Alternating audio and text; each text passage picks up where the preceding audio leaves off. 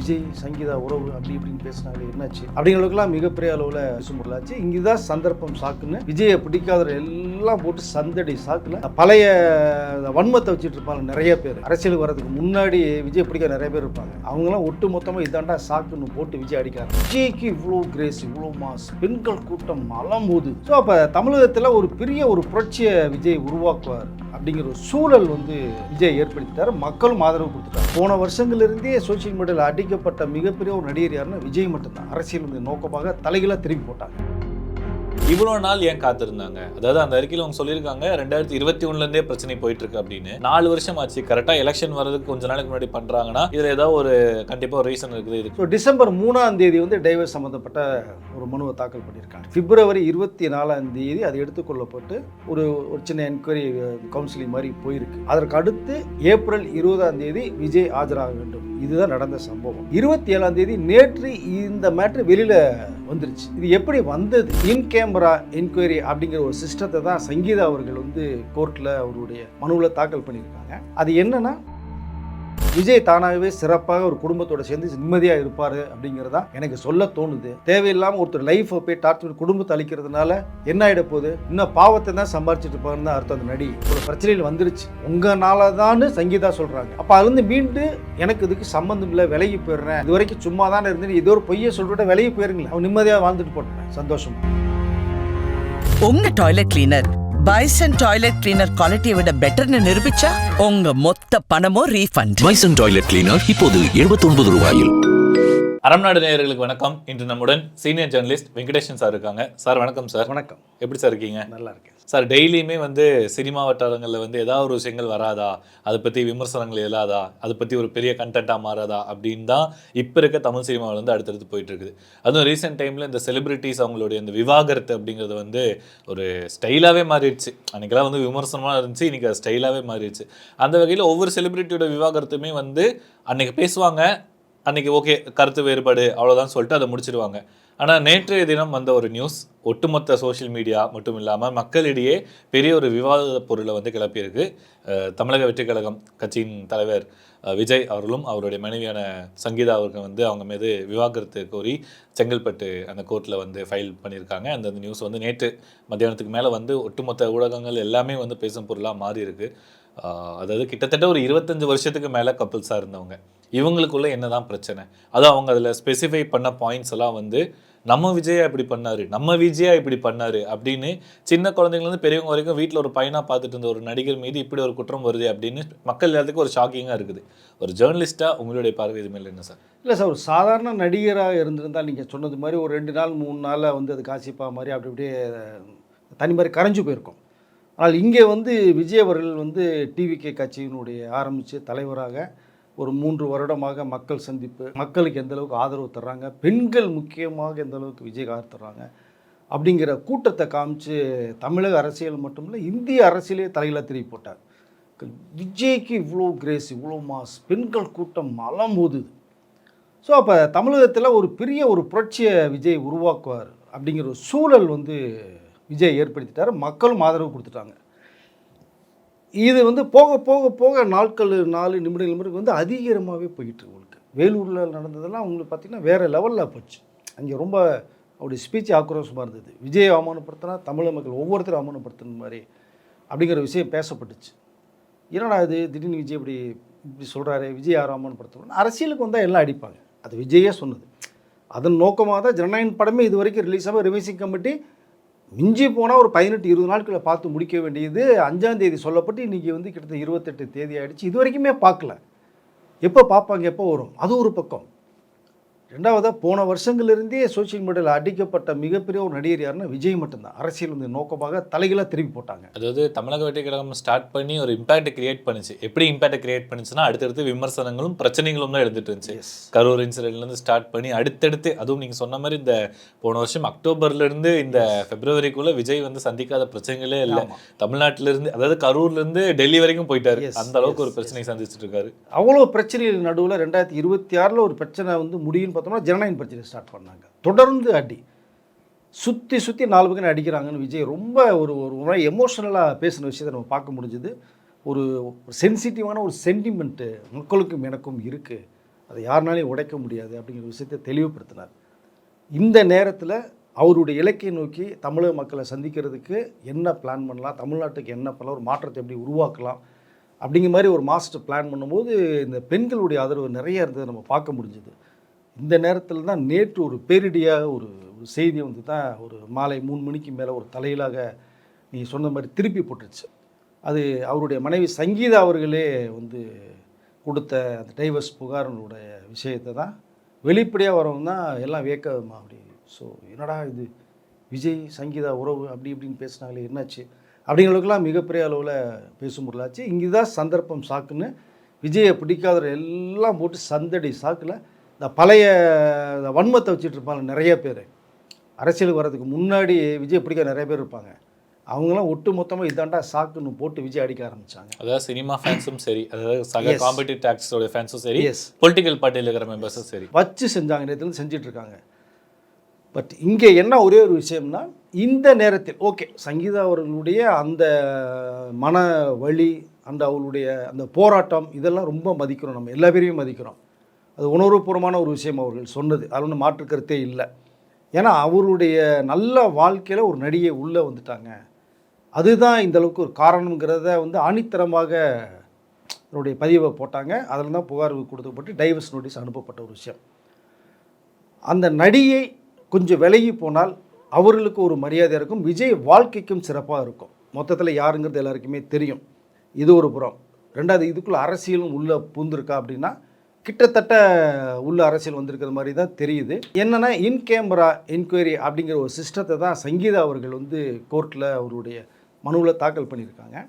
அது என்னென்னா எல்லாருமே கோர்ட்டில் இருக்க எல்லாருமே வெளில அனுப்பிச்சு எல்லா டோர்களும் மூடப்பட்டு அங்கே நான், என்னோட வக்கீல் விஜய், விஜயோட வக்கீல் அப்படி நீதிபதி அவர்கள் இவள் முன்னிலையில் மட்டுமே இந்த விசாரணை வெளியில் விட வேண்டாம் அப்படிங்கிறது அவங்களுடைய குறிக்கோள். இங்கேயும் பாருங்க விஜயை அசிங்கப்படுத்தணுங்கிற நோக்கம் அவர்களுக்கு இல்லாமல் இருந்திருக்கு.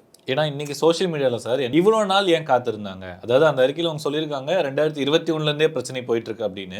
4 வருஷம் ஆச்சு. கரெக்டாக எலெக்ஷன் வர்றதுக்கு கொஞ்ச நாளைக்கு முன்னாடி பண்ணுறாங்கன்னா இதில் ஏதாவது ஒரு கண்டிப்பாக ஒரு ரீசன் இருக்குது. இது கண்டிப்பாக விஜய் அவர்களே இந்த நேமையும் டிவிகேங்கிற அந்த பிராண்டையும் வந்து டிஃபேம் பண்ணுறதுக்காக சங்கீதா வச்சு ஏதோ காய் நகர்த்துறாங்க அப்படி இப்படின்லாம் அரசியல் புரசெல்லாம் சொல்லிட்டு இருந்துச்சுல சார், அது எப்படி சார்? இல்லை, அதுதான் இப்போ வந்து யோசிக்க வேண்டியதாக இருக்குது. ஸோ டிசம்பர் 3ஆம் தேதி வந்து டைவர்ஸ் சம்மந்தப்பட்ட ஒரு மனுவை தாக்கல் பண்ணியிருக்காங்க. பட் பிப்ரவரி 24ஆம் தேதி அது எடுத்துக்கொள்ளப்பட்டு ஒரு சின்ன என்கொயரி கவுன்சிலிங் மாதிரி போயிருக்கு. பட் அதற்கு அடுத்து ஏப்ரல் 20ஆம் தேதி விஜய் ஆஜராக வேண்டும். இதுதான் நடந்த சம்பவம். 27ஆம் தேதி நேற்று இந்த மேட்ரு வெளியில் வந்துருச்சு. இது எப்படி வந்தது அப்படிங்கிற ஒரு விஷயந்தான் இப்போ ஹைலைட்டாக பார்க்கப்படுது. இது யார் மூலமாக வந்தது, யார் வெளியிட்டது, விஜயோட அந்த கிரேஸ் மவுஸை யார் அடிக்கிறதுக்கு பிளான் பண்ணுறது, மக்கள் மத்தியில் செல்வாக்கை குறைக்கிறது யார்? ஏன்னா சங்கீதா அவர்கள் நான் சொன்னது மாதிரி வந்து இன் கேமரா என்கொயரிங்கிற மாதிரி சிஸ்டத்தை சொல்கிறாங்கன்னா யாருமே வேண்டாம், நமக்குள்ளே மட்டும் எல்லா கதை மூடப்பட்டு விசாரணை பண்ணணுங்கிற ஒரு அவங்களுடைய விண்ணப்பத்தை சொல்லியிருக்காங்க. அதாவது அவங்க மனதளவில் பாதிக்கப்பட்டிருக்காங்க, இதுலேருந்து நான் ரிலீவ் ஆகணும், என்னுடைய நோக்கம் வந்து விஜய் அவர்களை வந்து டிஃபேம் பண்ணணும் அப்படிங்கிறது இல்லை, வெளி உலகத்துக்கு அசிங்கப்படுத்த மாட்டேன் செய்ய மாட்டேங்கிற நோக்கத்தில் தான் இப்படி வந்து விசாரணை பண்ணுற ஒரு விஷயத்தை சொல்லியிருக்கிற தகவல் இப்போ வரும்போது அப்போ அவர்களுடைய நோக்கம் என்னென்னா விஜய் அவர்கள் ஒரு அஃபேர் ஒன்று வச்சிட்டு இருந்திருக்காரு. ஒரு 5 வருஷமாக போராட்டம் நடக்குது, சொல்லி பார்த்தேன்னு கேட்கல. இப்போ அவரும் சரி சரின்னு சொல்கிறாரு, செயல்படுத்த முடியல அப்படிங்கிற விஷயத்தை தான் இதில் வந்து மெயினாக குறிப்பிடுறாங்க. ரெண்டாவது வந்து இது டைவர்ஷன்னா உடனடியாக மனு ஏற்றுக்கொள்ளப்படாது, இவ்வளோ தான் நம்ம ஓகே நீ 2 கம்ப்ரமைஸ் போய்க்கங்கன்னு சொல்லி முடிச்சிடணும்னா இதில் அழுத்தமாக உடல் ரீதியாகவும் மன ரீதியாகவும் துன்புறுத்தப்பட்டேன் அப்படிங்கிற விஷயத்த கோட் பண்ணுறாங்க. வீட்டில் வந்து உள்ள உடலை வெளியில் விட மாட்டேங்கிறாங்க, செலவுக்கு பணம் தர மாட்டேங்கிறது, சில அடிப்படை விஷயங்களாக அதில் நோட் பண்ணால் தான் இந்த மனு ஏற்றுக்கொள்ளப்படுற ஒரு விதிமுறையும் அதில் ஒன்று இருக்குது. அதை சங்கீதா அவர்களுக்கு தெரியாது, இது இப்படிலாம் இருக்குமான்றது கூட தெரியாமல் கூட இருந்திருக்கலாம். ஏன்னா விஜயை வந்து அவள்லேருந்து பிரிஞ்சு போய் நம்ம பாட்டுக்கு நிம்மதியாக இருப்போம், விஜய் நிம்மதியாக இருந்துட்டு போட்டோமேங்கிற ஒரு நோக்கத்தோடு செயல்பட்ட ஒரு விளைவு. இந்த செய்தி எப்படி வெளில வந்ததாக இப்போ பேசும் பொருளாக இருக்குது. இதுக்குள்ளே அரசியல் விளையாடிடுச்சா, விஜய் அசிங்கப்படுத்துன்னு முடிவு பண்ணிட்டாங்களா? ஆனால் இது எல்லாமே நடக்குங்கிறது விஜய்க்கும் தெரியும், எல்லாருக்குமே தெரியும். இப்படிலாம் சொட்டு மொத்தமாக போட்டு அடிப்பாங்க, நாராக கிழிச்சு தொங்க விடுவாங்கன்னு. இதையெல்லாம் தாண்டி தான் விஜய் வரணும். இப்போவாது விஜய் அவர்கள் இதுக்கு ஒரு விளக்கம் கொடுத்து ஒரு ஜஸ்ட் மக்களுடைய அவங்களுடைய கவனத்திற்கு ஒரு விஷயத்தை கொண்டு போகணும். நான் முன்ன சொன்னது மாதிரி தான் விஜயை பிடிக்காதவர்கள் வந்து போட்டு அடிச்சுக்கிட்டே இருக்காங்க. நேற்றுலேருந்து பழைய வன்மத்தெல்லாம் வச்சு அடிக்கிறாங்க. அது தேவையில்லாத ஒன்று. ஏன்னா ஒரு தரப்பில் வந்து சங்கீதா அவர்களுடைய ஸ்டேட்மெண்ட்டு இப்போ வெளில கசிஞ்சிருச்சு வந்துருச்சு. இன்னொரு தரப்பு விஜய் சம்மந்தப்பட்ட ஒரு விஷயம் வரணும் இல்லையா? ஆமா, என்னைக்குமே வந்து இரு தரப்புலையும் வந்து விசாரிக்கணும். கோர்ட்டே அப்படி தானே பண்ணோம். ஒரு தரப்பை வச்சு ஒரு முடிவு மாட்டாங்க, பண்ணிடக்கூடாது. இன்னொரு தரப்பையும் கூப்பிட்டு என்கொயரி பண்ணுவாங்க. அப்போ ரெண்டு தரப்புடைய விஷயங்கள் கேட்டு தான் நம்ம வந்து விஜயை வந்து கெட்டவரா நல்லவரா டிசைட் பண்ண முடியும் இல்லையா? சங்கீதா சொல்லுவது கிட்டத்தட்ட வந்து நடிகையினுடைய இந்த தொடர்புனால தான் இவ்வளோ விஷயங்கள்ன்றதை நம்ம ஏற்றுக்கொள்ளலாம். அவங்களுடைய வழி அதுதான். நான் பசங்களுக்கு ரொம்ப அமனா போச்சு, அவங்க வேற வெளிநாட்டெலாம் போய் அங்கே போய் அந்த புகைப்படங்களை பூரா வந்து ஃபுல்லாக சோஷியல் மீடியா இறக்கி விட்டாங்க. அது வேணும்னே அந்த நடிகை பண்ண ஒரு விஷயம். விஜயோடைய அந்த மவுஸை அடித்து காலி பண்ணும்னே இதெல்லாம் எடுக்க சொல்லி சோஷியல் மீடியாவில் உடச் சொல்லி அந்த நடிகைக்கு யார் ஒரு தூண்டுதல் கொடுத்துறான்ற விஷயமே பேசப்படுது. இப்போ அதன் மூலமாக அவர் போட்டாரா, விஜய் காலி பண்ண முடிவோடையா அப்படிங்கிற விஷயம்லாம் இப்போ ஏகப்பட்ட விஷயங்கள் வெளில வந்துக்கிட்டே இருக்குது. அதனால் விஜய் அவர்கள் இப்போ இதுக்கு என்ன முடிவு பண்ணுறாங்கிறத ஒரு டிஸ்கஷன் பண்ணிகிட்ருக்காருன்னு ஒரு தகவல் வருது. இப்போ அடுத்த சந்திப்பு மக்கள் சந்திப்பு அந்த ஒரு 5000 பேர் இந்த தஞ்சாவூரில் பண்ண மாதிரி ஒரு பிளானிங் போயிட்டுருக்க சமயத்தில் பட் ஓகே இதெல்லாம் நடந்துச்சு. சங்கீதா அவர்கள் வந்து டைவர்ஸ்கேன்னு கேட்குறாங்க. நான் 5 வருடமாக இருக்குன்றாங்க. எனக்கு தெரிஞ்ச 5 வருடத்துக்கு முன்பாகவே 2017-18 ஒரு பிரச்சனை ஸ்டார்ட் ஆகிடுச்சு, உருவாக்கிட்டே இருக்காது. அது சைலண்டாகவே போய்கிட்டு இருக்கு. பட் 2021 மாஸ்டர் படம் ரிலீஸ் ஆகும்போது ஆடியோ லான்ச்சில் கலந்துக்கிட்டாங்க கடைசியாக. அதுதான் கடைசி ஃபங்க்ஷன். இப்போ அது வரைக்குமே கொஞ்சம் அப்படி எப்படி அரசியல் புரட்சலாக இருந்தது. அதற்கு பிறகு வந்து இவங்களுடைய அந்த கனெக்ஷன் குறையவே இல்லைங்கிற ஒரு ஆதங்கத்தில் தான் அவர்கள் வந்து லண்டனுக்கும் நீலகிரிக்கும் மாறி மாறி மாறி இருந்தாங்க. பிரச்சனைகள் அதிகமாக வருது. விஜய் தனித்து விடப்பட்டார். விஜய் போக சொல்லலை, விஜய் டைவர்ஸ் இப்போ கேட்கல, அவர் வேணான்னு சொல்லலை சங்கீதாவை. எல்லா குடும்பத்திலையும் பிரச்சனை நடந்து பிரச்சனையில் வர்றது மாதிரி இவர் குடும்பத்திலையும் பிரச்சனை வந்துருச்சு. அது எப்படி பேசி தீர்க்கின்ற ஒரு வழிமுறைகள் இருக்குது அதை. பட் இங்கே வந்து சங்கீதா அவர்கள் வந்து கொஞ்சம் அவசரப்பட்டு இந்த மேட்டை எடுத்துட்டாங்களோ அப்படின்னு தான் எனக்கு தோணுது. ஏன்னா பேசி தீர்க்க வேண்டிய விஷயங்கள் எவ்வளவோ இருக்குது. இது ஒரு முடிவு. ஏன்னா பசங்க வளர்ந்துட்டாங்க.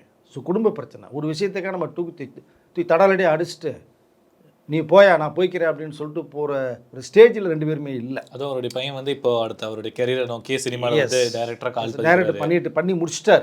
இப்போ இந்த விஷயம் மேபி அவரோட இதுலையுமே பாதிக்கும்ல சார் இவங்க இந்த மாதிரி ஒரு. கண்டிப்பாக அவர் ஃப்ரெண்ட்ஸு கேட்பாங்க, அப்பாவுக்கு இப்படி ஒரு ஸ்டேட்டஸில் வந்து இது மாதிரி போட்டு தாளிக்கிறாங்க, அந்த நடிகைனால தானே அப்பாவுக்கு இவ்வளோ இமேஜ் அப்படிங்கிறா அந்த ஒரு எமோஷனல் அவருக்கு இருக்கும் இல்லையா? பொண்ணு அமெரிக்காவில் படிச்சுட்ருக்காங்க, அங்கேயும் இப்போ சோசியல் மீடியா எங்கேனாலும் பார்க்கலாம் இல்லையா? செகண்ட்ஸில் செய்திகள் பார்க்கலாம். இப்போ அங்கே அவருடைய தோழிகள்லாம் கேட்டால் என்ன பண்ண முடியும்? ஸோ இதை ஒரு பக்கம் அவர் ரொம்ப ஆதங்கத்தை வெளிப்படுத்துகிறாங்க. சங்கீதா அவர்களுடைய அந்த பார்வை, அவர்களுடைய ஆதங்கம், வழி எல்லாமே நியாயமானது, மறுப்பதற்கே இல்லை.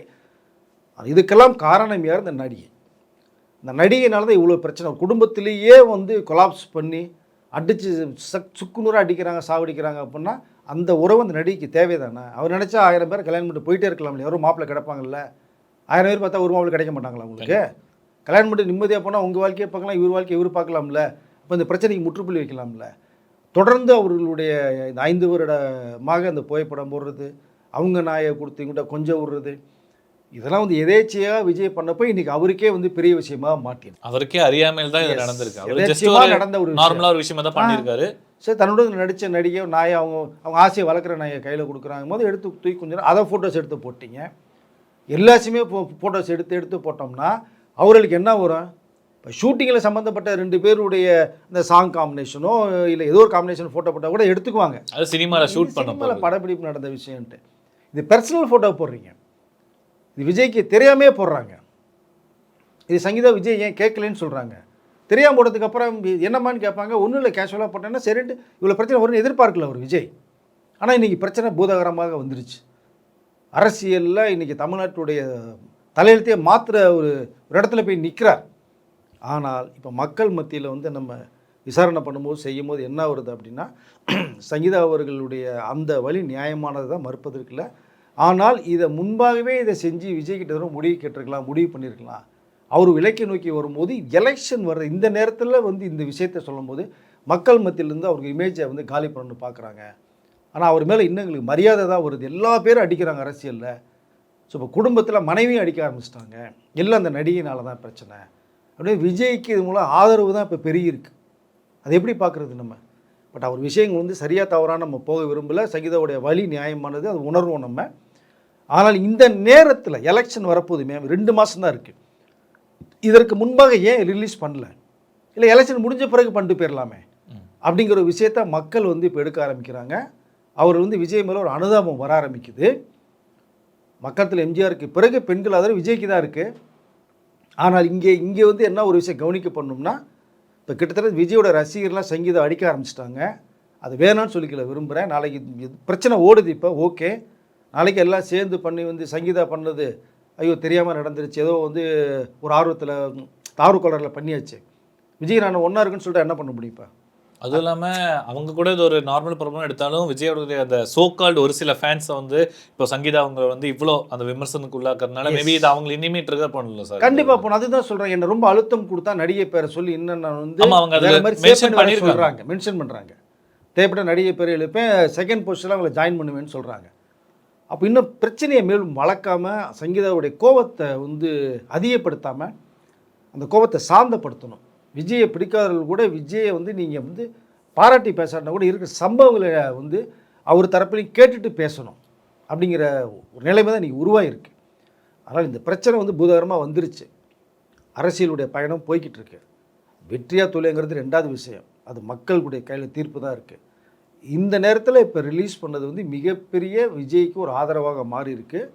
பட் அதை எப்படி நம்ம எடுத்துக்கிறதுனே தெரியல. ஆனால் இப்போ வந்து விஜய் கண்டிப்பாக ஒரு குரல் வந்து மக்களுக்காக கொடுக்கணும். இதற்கு வந்து ஒரு தீர்வு சொன்னால் தான் சங்கீதா அவர்களுடைய அந்த விஷயத்தையும் இதை கம்பேர் பண்ணி நம்மளுடைய பார்வை தெரியும். ஏன்னா 2 பேருடைய குடும்ப பிரச்சனை இப்போ ரொம்பவும் நம்ம எக்ஸாம்பிள் எடுத்து நம்ம பேசவும் முடியாது.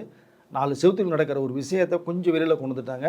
அதனால் விஜயும் சங்கீதா ஒன்று சேர்ந்து வாழணுங்கிற ஒரே நோக்கத்தோடு தான் நம்மளுடைய பயணம் நம்ம பேசுகிறதும் இருக்குது.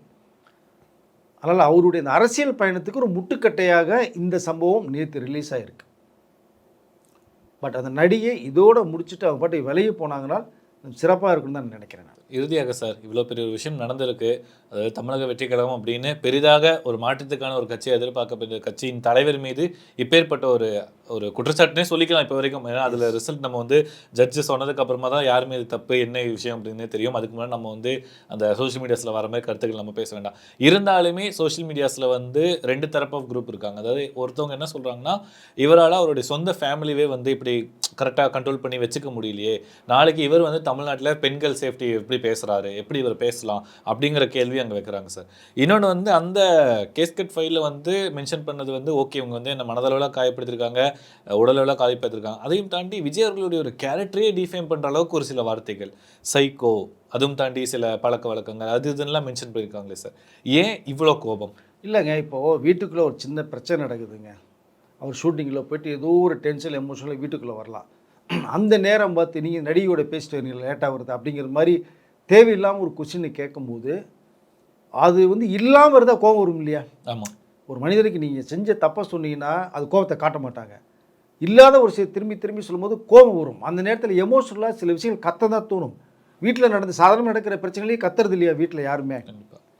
அப்போது சாஃப்டாக பார்த்த ஒரு விஜயை டக்குன்னு கோபப்பட்டு கத்தி போது பார்க்கும்போது அவங்களுக்கு பயம் ஏற்பட்டிருக்கும். ஐயோ, விஜய் இப்படி கத்துறாரு பண்ணுறாரு, அப்போ இதுக்கு காரணம் யார்? இப்போ அவங்களுக்கு நேரம் அங்கே தான் பாயிண்ட் போகும். ஸோ நடிகைனால தானே கத்துறாருங்கிற மாதிரிலாம் போகும். இதுதான் சின்ன கிளாப்ஸு காரணமே இதுதான். பட் இதை கொஞ்சம் அனுசரித்து போய் பேலன்ஸ் பண்ணி எப்படியாவது விஜய் அதிலேருந்து அப்படி அஃபையர் இருக்குதுன்னு நீங்கள் வந்து தீர்மானமாக சொல்கிறீங்க. ஓகே, அவரும் நான் மீண்டு வர்றேன் வேணாம் பண்ண மாட்டேன்னு சொன்னதாகவும் சொல்கிறீங்க. இதை நீங்கள் கூடவே இருந்து ரிலீவ் பண்ணி கொண்டு வரதானே பெஸ்ட்டு. அதான ஒரு மனைவிக்கு வந்து 27 வருட வாழ்க்கை, 5 வருஷம் பிரிஞ்சிருக்கின்றீங்க. ஒன்றா தான் இருக்காங்க, லண்டன் நீலாங்கரை இருக்காங்க. விஜயோடைய ரிலேஷன் கல்யாணத்துக்கு சங்கீதா வந்துட்டு போனாங்க. அஜித் வீட்டுக்கு ஷாலினி கூட போய் பேசுகிறாங்க, எல்லாமே சொல்கிறாங்க. செலவு பணம் கொடுக்கலாம். அவங்க மிகப்பெரிய கோட்டீஸ்வரி அவர்கள், பணத்துக்கு பெரிய விஷயம் கிடையாது. விஜய் அந்த மாதிரி கண்டிஷன் போகிற ஆளும் கிடையாது. அப்போ நீங்கள் வந்து விஜயை கொஞ்சம் கொஞ்சமாக ஒரு மனிதன் ஒரு விஷயத்தில் சின்ன தவறு பண்ணுறா நீங்கள் நினச்சிங்கன்னா அதை ரெக்கவர் பண்ணி கொண்டு வரதானே மனைவியோடைய நாளை இடம் அதுதானே. ஆனால் அவர்களும் 5 வருஷம் சொல்கிறேன்னு சொல்கிறாங்க. பட் இங்கே எப்படி எடுத்துக்க முடியும்? சரி, எத்தனை வருடங்களை போராடி நம்ம காக்கிறதானே ஒருத்தரை. அதுதானே அந்த காலத்தில் பழமொழி சொன்ன கணவனே கண்கண்ட தெய்வம், கல்லானாலும் கணவன் புரள புருஷன்னு சொல்லப்பட்ட விஷயம். ஆனால் இன்றைக்கி அது இல்லை, அது ஓகே.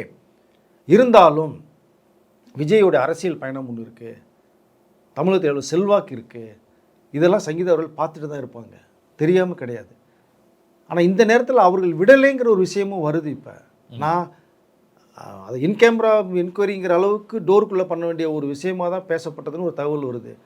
இந்த மேட்டரை எப்படி வெளியில் யார் விட்டார்கள், இது எப்படி மக்கள் மத்தியில் இந்த பார்வைக்கு போடுச்சு அப்படிங்கிற விஷயமும் பேசப்படுது. இப்போ திட்டமிட்டு நடத்தப்பட்ட ஒரு வேலையாது, அரசியல் விளையாடிடுச்சா? ஜனநாயக படத்தில் தான் விளையாடிச்சு இன்னும் ரிலீஸ் பண்ணலாம் 400 ரூபா அந்த ப்ரொடியூசருக்கு முடங்கி போய் அப்படியே கிடக்கிறாரு.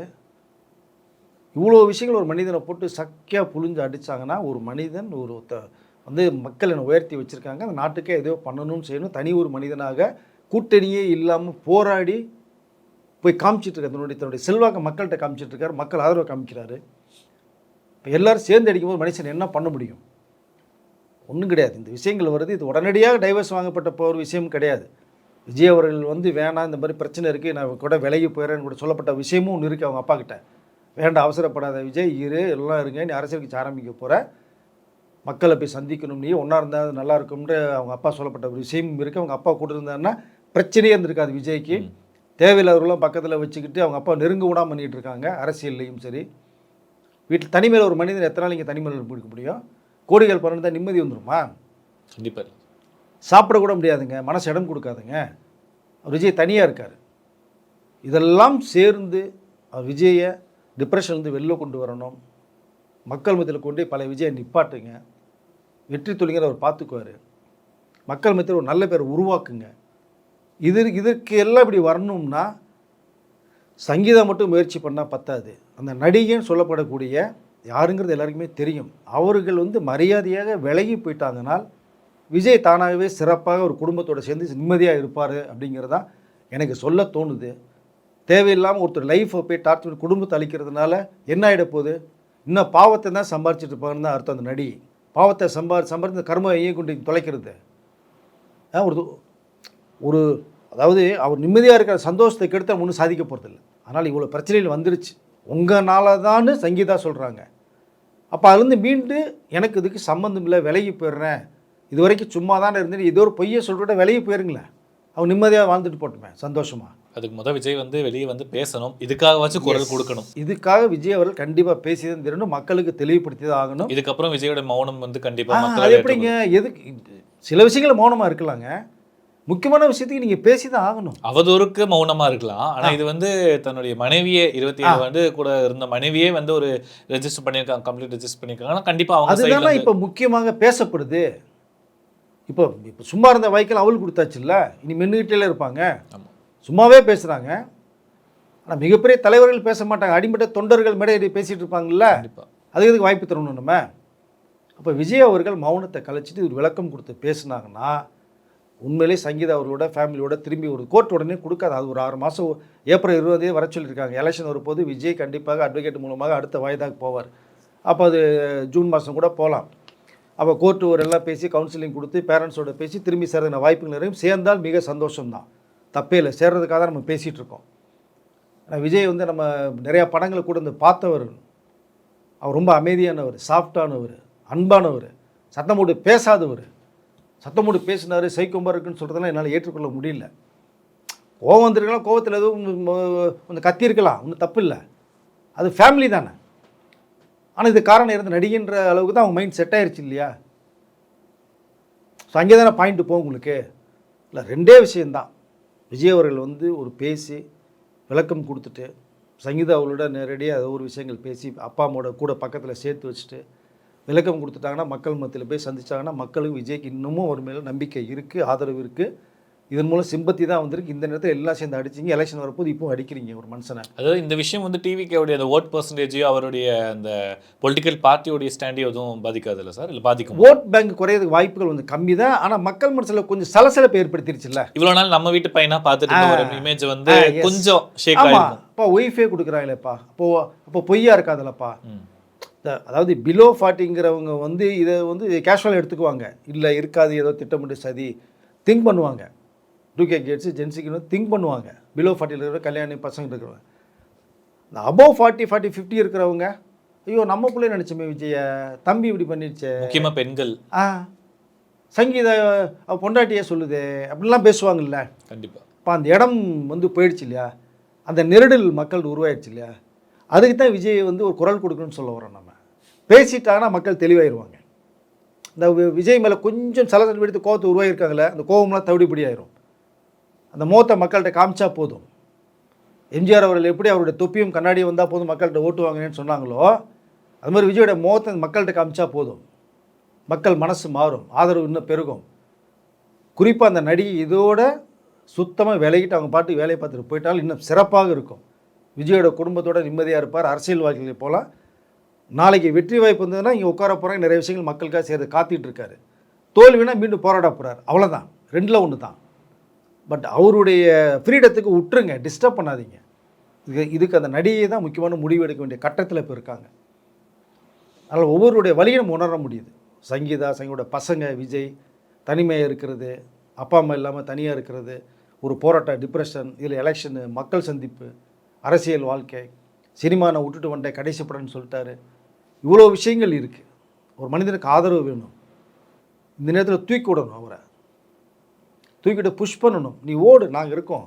அப்போனா வேகமாக ஓடுவார் அவர். அது விஜய் பழைய விஜயாக மீண்டும் வருவார் தான் நான் நினைக்கிறேன். கண்டிப்பாக ஒரே ஒரு குரல் கொடுங்க விஜய் அவர்களை, கண்டிப்பாக அதுக்கு ஒரு நல்ல தீர்வு மக்கள் உங்களுக்கு கொடுப்பாங்க. பார்ப்போம் சார், தளபதியின் குரல் ஒலிக்குமா? அந்த அடுத்த ஹியரிங்கில் வந்து எந்த அளவுக்கு இந்த கேஸ் வந்து போகுது, இன்னும் இதுக்கு பின்னாடி இருக்கிற பல தர உண்மைகள், இல்லை இதுக்கு பின்னாடி யார் வந்து காய் நிறுத்திட்டு இருக்காரு அப்படிங்கிறது வந்து வரக்கூடிய நாட்களில் கண்டிப்பாக தெரியும். உங்களோட நேரமும் கருத்தும் பதிவித்ததுக்கு ரொம்ப நன்றி சார். நன்றி.